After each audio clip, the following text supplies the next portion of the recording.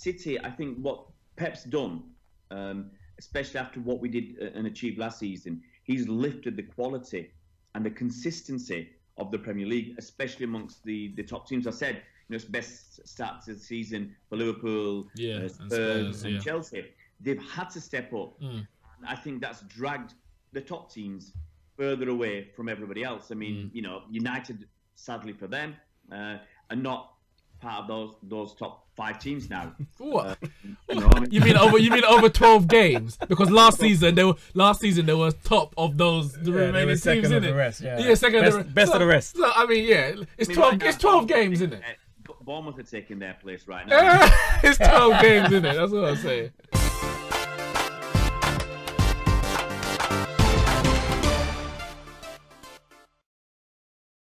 Yes, guys, we are back with another Neeks Sports Podcast, episode 3. I'm joined here in the studio with Devo from the Football Banter Show. Thank you for having me. Kyle from Neeks Sports, our resident guest. And as you can see here, we have someone wearing this blue hat. I don't know why. Ray from Man City Fan TV. Hi, guys. How you doing, Neeks? We're good. Regardless of the result, I'm happy to be here, happy to be alive. But we'll get into that. And I think that's really where we're gonna start. We're gonna start with the Manchester derby, and then we're gonna talk a bit about the Premier League teams in the bottom half of the table. It seems to get skimmed over a lot. We talk about the title race or the lack of it, European race and that kind of thing.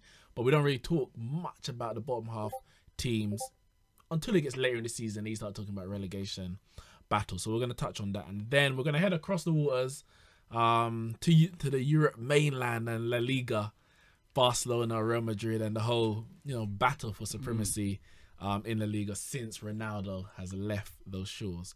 But as I said, we're going to start where the Premier League weekend ended with Manchester City versus Manchester United. Ray, no doubt you're delighted with the result, even if you expected it. Just a little bit, yeah. We were very, very happy indeed. I mean, I think we haven't beaten United at home 3 or 4 years or whatever it is. We expected a good performance from us. We knew if we played at even half our current level, the way we've been playing this season and last season, that we'd win. But you always go into these games nervous. It means a lot. It means a lot in terms of banter, bragging rights and everything else. If you've got to go and work with United colleagues for the following week, you just want to, you are nervous. You want to put in a good performance. You want the win. And thankfully, the lads didn't let us down. All right. Before I get onto the studio guests, I'm going to play a few of the fan cams that we picked up from the Man City fans to get some other thoughts of Sunday's proceedings. What did you think of the game today? It was fantastic. Yeah. Really, really great. We gifted them the goal anyway. If not, they would have considered maybe 4 or 5. 4 or 5? Yeah. Man City, best team in the world, mate. Best team in the world? I mean, getting a bit ahead of yourself there, isn't it? No. You're having a laugh, aren't you? You see that? We just destroyed them. I've waited years for this. You must feel good. Waited years. You must feel good. Years? Yeah. How many years? I say it must feel good. I'm 18 years of age. 18? Right. Yeah. United have run us fucking riot out here. Run us riot. Outside the fucking... outside the Mancunian. Outside the Merides. Yeah. You know how good this feels? You tell me. City, pride of the town. Pride of the town. Pride of the town. Far better team, far better players, far better substitutes bench. Yeah. They just can't live with City, can they? They can't live with City, none of them. None of them can live with City, can they? But today, City outplayed them. We should never have let them get back in it. Silly penalty giveaway. Why did Edison rush out all that far? I don't know. He did it last week against Southampton, but it doesn't matter. We got the 3 points anyway. So come on, the Blues, top of the league. 100 points. United will never sing that, and neither will Liverpool. What's more important this season, the Premier League or the Champions League? Oh, I think Champions League, Premier League is in our pocket right now. Done and dusted. Done and dusted. Yeah. I mean, it's. We are top in the league right now, and still, and see, compared to the other teams, right? The backup we have on the bench. Be at 1-0, 2-0. You're thinking, is it going to be a repeat of last season where we missed so many chances? No, 1-0, 2-0. I was pretty confident because we've been defending really, really well this season. Compared to last season. So even at 1-0, I was pretty confident we're going to go. Ray, you were shaking your head when one of the Man City fans was saying that the league is basically in their pocket and the focus is the Champions League. No, nothing's ever in your pocket. Even when we were double figures in points clear last season, we've been City fans long enough to know that City can throw things away. And look, we're only 2 points ahead of Liverpool. I think we're playing miles better football than Liverpool, but 2 points is only 2 points. It's not that much. I mean, this has been Liverpool's best start to a season ever, I believe. Same with Spurs, they're not far behind. Same with Chelsea, they're not far behind. Even Arsenal, I mean, they're up there with, let's say, better results than normal. So we slip up once or twice against anybody.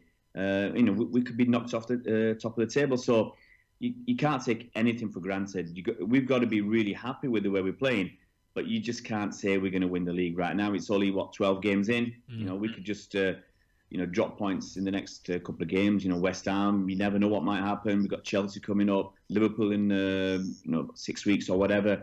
So, we could just end up losing against Chelsea and Liverpool or whatever it is. And, we could be third. So never take anything for granted.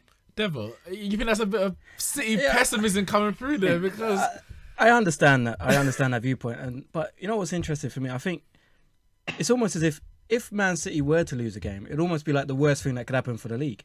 Because you imagine Pep will go back to training ground and absolutely make sure it doesn't happen again. Yeah. So it's kind of interesting where they have got a game against Chelsea. You'd look at those games, you look at Chelsea, you look at Liverpool. But we saw what Pep did at Anfield, where he changed his tactics. They got beat last season twice at Anfield. And this season they came there. They weren't as expansive. They were a lot better defensively. Yeah. And they could have walked away with a 1-0 win, obviously, with Mahrez and the penalty. Yeah. So you see he's able to change things up when it comes to the opponents. That is scary. Yeah. That's and scary. And it's funny because in his first season at Man City, there was, and I guess when he came to the Premier League, there was this accusation that maybe he's only got one way to play and it's not going to work. And I think in his first season, granted the players he had weren't of the same quality, but it seemed like he just had his one way and he's going to stick with it. And I would say Pep Guardiola himself has learned and grown as a manager in the time he's been here. Kyle, obviously last episode you said obviously title races. There is no title race. Have Man City improved from last year? I know one of the fans, they were talking about their defence being better. And for me, if their defence is better than last year, then everyone's got problems because their attack is sensational as it stands. I would say in certain areas they've improved, but as a whole, they're probably about as good as they were last season. Like, for instance, they've improved defensively. They've weakened in midfield because they haven't had Kevin De Bruyne all season. So their midfield is never going to be as good without Kevin De Bruyne. And their attack is pretty much as good as it was last season. But on a whole, I'd say they're better because their defence is stronger. And you were saying about Pep learning and evolving and learning new things while being in the Prem. Me personally, I think it was more a case that when he first came to England, he was managing Manchester City, it was him trying to instill his way in the players. There's no point going to games and adapting to teams and trying to get them to learn new things defensively if they haven't mastered what he wants them to master in the first place. Once he's got them to master what he wants them to master, he can now therefore say, okay, this is what we can do to work on defensively to improve. I wouldn't necessarily say he's learned or he's become a better manager. I think he always had it in him. It's just that he wanted X amount of time for the players to learn his way of football because when he came, they didn't know his way of football. I know you say that, but then I can't remember if it was his first or his final year at Bayern Munich, but I take the Bayern-Barca game in the Champions League, and he went man for man against Messi, Suarez, and Neymar, and that was Pep with his chest out, and I'm sure it must have been to say basically, I'm playing, braggadocious. This is my way, and it's gonna work or it's not. And as it was, they got battered. Like they got thumped. Yeah. And last season against Liverpool, in 2 games. Even after which game, the league game came first, and even though it came back to 4-3, they got battered. It was the 2 late goals that they got back into it. But he went into the Champions League game with the same style. Yeah. So, and then we saw this season it was completely different. Now, granted, if you look at where the Champions League game was played, that was like in March, probably later than March, late March or maybe even April. The players, you think they've really learned that much from April to now to say, oh, now they're just more defensive. I think he's realised that I can't play the same way in every game against every opposition. I don't know what you think, Ray. I think it's a combination of the two. Against Liverpool, we went in more pragmatic. I mean, Mendy, I think, wasn't going past the halfway line. We weren't bombing forward. We started with Mahrez, I think, and he was on the right. And they were more defensively minded. It just wasn't everybody overlapping. Walker hardly went forward at all. And I think, if I remember correctly, he had one barnstorming run down the wing, and that was it. Whereas in normal games, he'd be overlapping, he'd be going in, cutting inside. We were a lot more pragmatic. But I think we are better than last year. That's my feeling now. I think at the start of the season, we were still bedding in for this season, you know, the World Cup and everything. I think we had a couple of decent performances in the Community Shield, then against Arsenal. Maybe Arsenal were finding their feet a little bit, you know, give them cut them a little bit of slack. But I think then we muddled through a few games, and then I think right now in the last few games we seem to be hitting our straps. So I actually think we're better than last year. Last year we were lucky as well. You know, we had at the start of the season, I think was it Bournemouth. We got lucky in 2 or 3 games. I think Southampton as well. And we had these late goals, 2 in the last minute and 1 about 5 or 6 minutes before the end of the game. So we got more points last season than possibly, you know, it was a luck. And so I think it's a combination of the two. And the fact that we're better, I actually think we're better overall, all over the pitch, definitely in defence.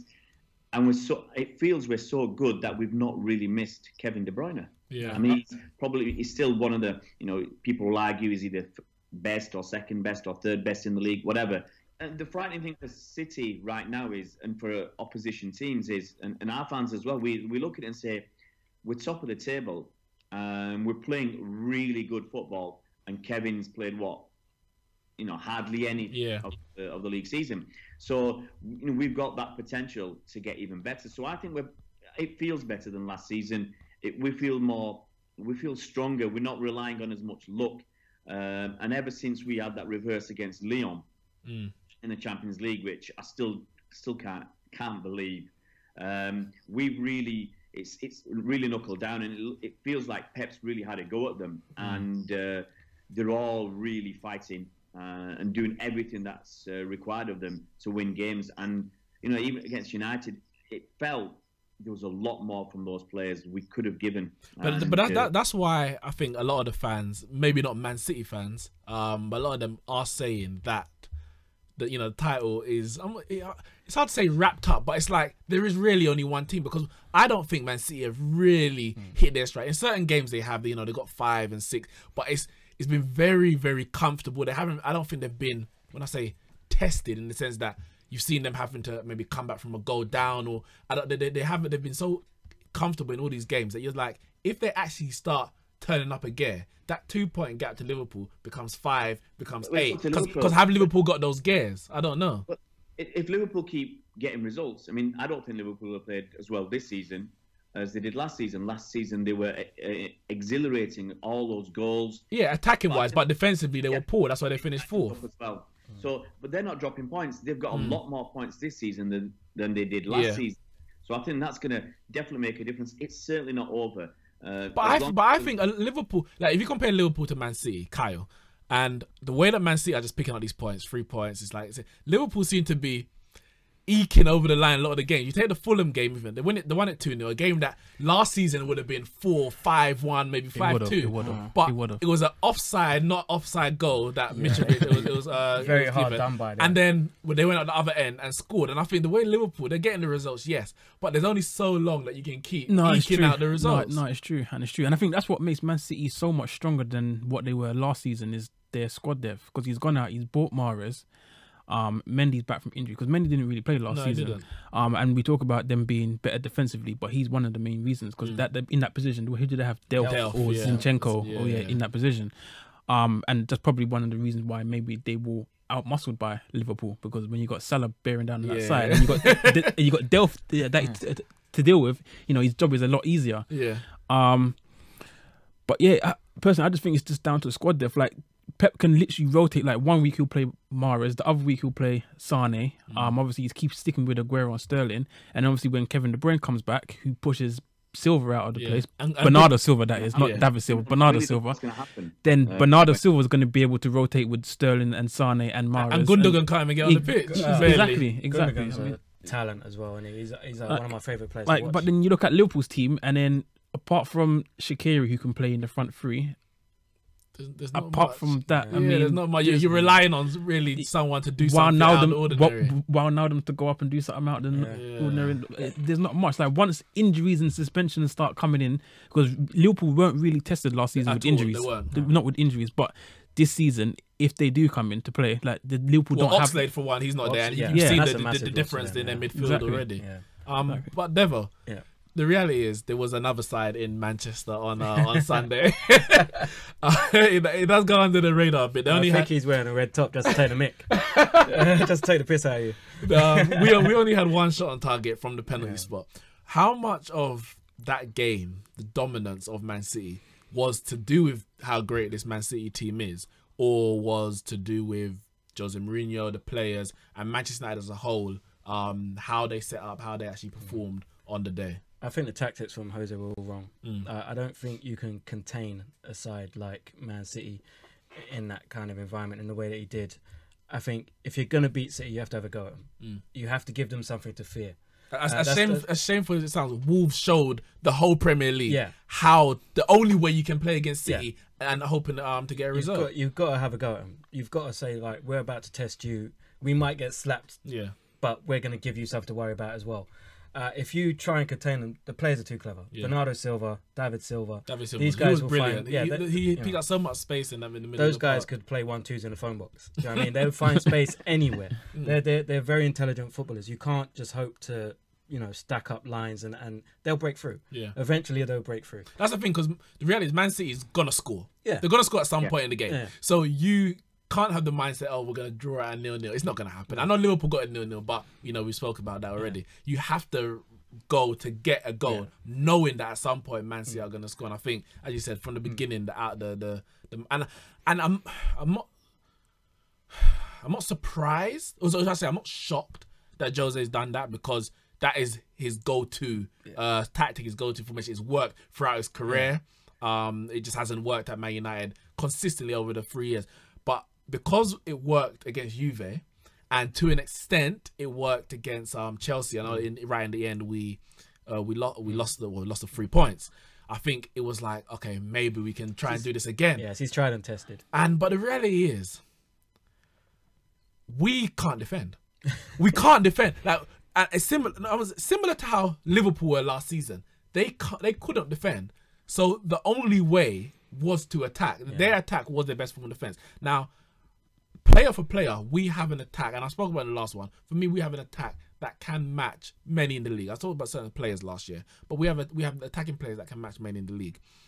Our defense leaves a lot to be desired. So if you're relying on your defense to keep out City and not your attack to score past City, then you've already set yourself up for defeat. Ray, do you think Mourinho played into Pep's plans? Definitely. I mean, that's what a lot of the City fans that I speak to we're worried about. We're not worried about teams playing with, parking the bus, playing 5 at the back or whatever, playing really defensively. Because as you said, we know we're going to create chances. We're always going to create chances against anybody, regardless of how defensive they are. And there's a good chance that if we're going to create 5 or 6 half-decent chances, we're going to score a goal or 2. So you've got to really go on the front foot a little bit. You've got to obviously be wary of our ability to break at speed, and Edison's great long throws, great kicks, and quick setup of an attack. You've got to be wary of all that, but you've got to really have a go at us. If you're going to let us have 65, 70 or more percent of possession throughout a game, then you're not going to get any chances for yourself.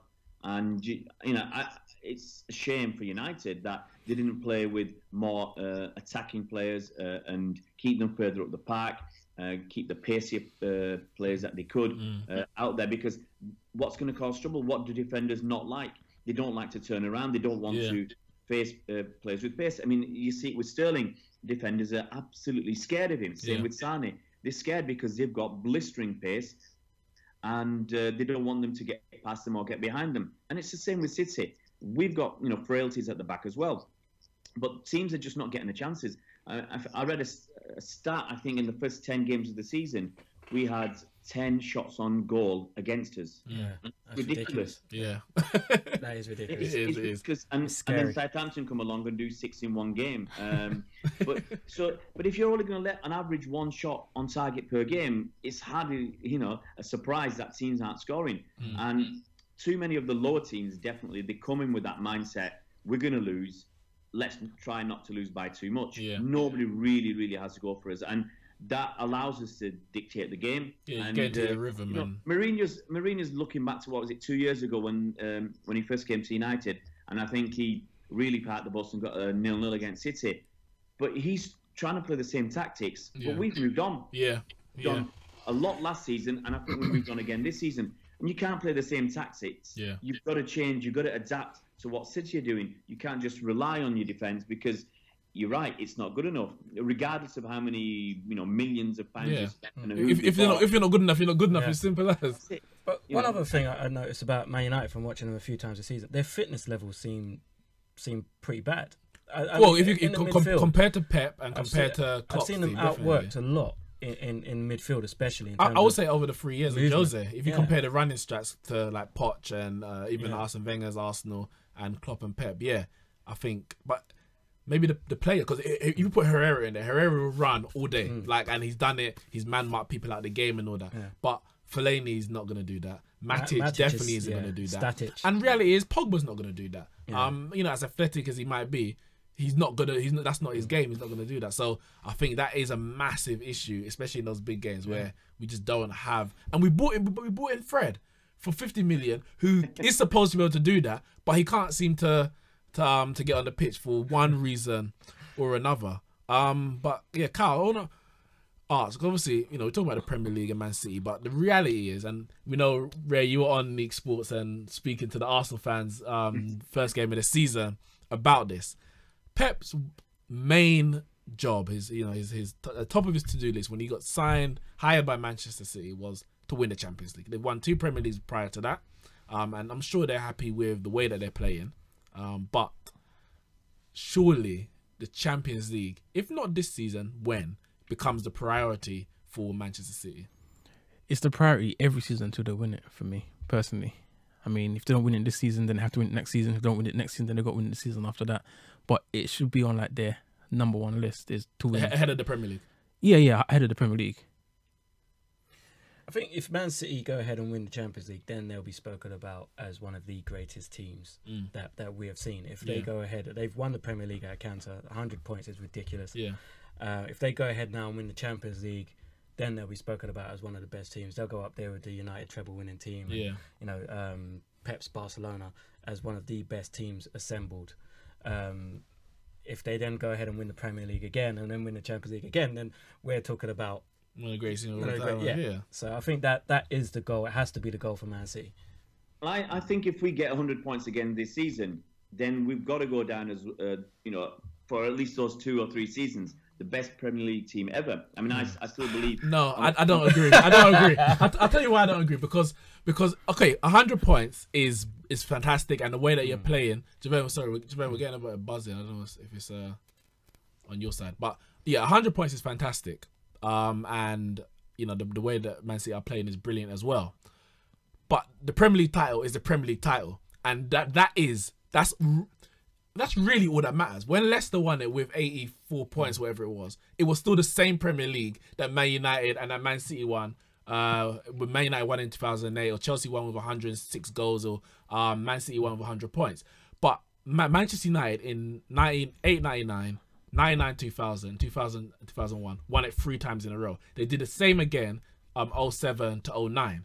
So for me, winning it twice on 100 points, how has that surpassed teams that's won it 3 times in a row, and within those 3 years also won FA Cups and Champions League, the treble being in 99? They're different achievements. Let's be honest about it. They're different levels of achievement. I just believe that City have done something that's not been done before. That those 100 points, the 106 goals, which was a new record, and to break all those records, if we break them again, that's amazing. I mean, we've done so much that's not been done before, and if we actually better what we did last season, it's got to go down as that's my personal opinion, is that the best Premier League team for 2 or 3 years ever. Okay, and we'll have had back-to-back Premier Leagues. Going back to your point about the Champions League, I think Pep doesn't say, if I remember correctly, he doesn't say that's our goal. He still talks about it as a cup competition, and on your day, you can get beaten. But I think deep down he wants to win it. Of course, he has to win it, and because a lot of people have spoken about the fact that he's never won it without Messi. That's the word they use. They don't won it without Messi. But I think Pep Guardiola was a great manager, one of the greatest of all time. And I thought that before he came to Man City anyway. But the reality is he didn't win the Champions League at Bayern Munich. The year before he joined them, they won the treble, including obviously the Champions League. And if he comes to Man City and he doesn't win it in his time, I don't care how many 100-point. Well, you can win the Premier League 5 times in a row, 100. But if every season you get to the quarters and semis or even finals and don't win, for me, I'm not saying he's no longer a great manager, but it will always be a stain on his record book when you compare him to the likes of Sir Alex Ferguson, Trapattoni, and Ancelotti, and who's the Spain one. A stain on his character. I wouldn't go that far. I think it'd be a major disappointment if he stayed at City for 5 or 6 years, won 4 or 5 Premier League titles, and didn't win the Champions League. I think it'd be a huge disappointment, and it would detract from his achievements overall at City, and there's absolutely no doubt about that. But I think his career achievements, because that means he could only win it with Barcelona, no matter how amount of money he spent, no matter what teams he's gone to, the biggest club in Germany, he hasn't been able to win it. Well, he may not be able to win it without if he's outside of Barcelona. And I think, as I said, when you're talking about the pantheon of greats, who was the Real Madrid manager, the boss, who won it? He won the World Cup, won the European Championship, won the Champions League. I think if you don't get another Champions League outside of Barcelona, for me, it takes something away. And it takes a little bit of the shine off of his achievements, but he's still obviously. He's still got the 2. Yeah, I mean, he's still, I mean, come on, this guy's revolutionised.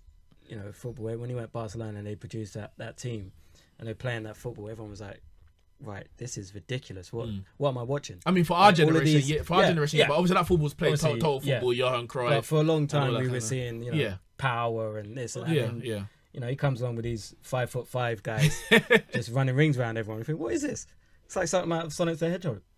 Well, I think I've said earlier, I mean, City, I think what Pep's done, especially after what we did and achieved last season, he's lifted the quality and the consistency of the Premier League, especially amongst the top teams. I said, it's best start to the season for Liverpool, Spurs and Chelsea.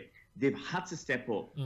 I think that's dragged the top teams further away from everybody else. I mean, United, sadly for them, are not part of those top 5 teams now. What? You mean over 12 games? Because last season they were top of the remaining teams, isn't it? Second of the rest. Best of the rest. So, I mean, it's 12. It's 12 games, isn't it? Bournemouth are taking their place right now. It's 12 games, isn't it? That's what I'm saying. But I'll talk about just this point about Mourinho. I mean, it's the 7 points off Spurs. Yeah. Now, that's.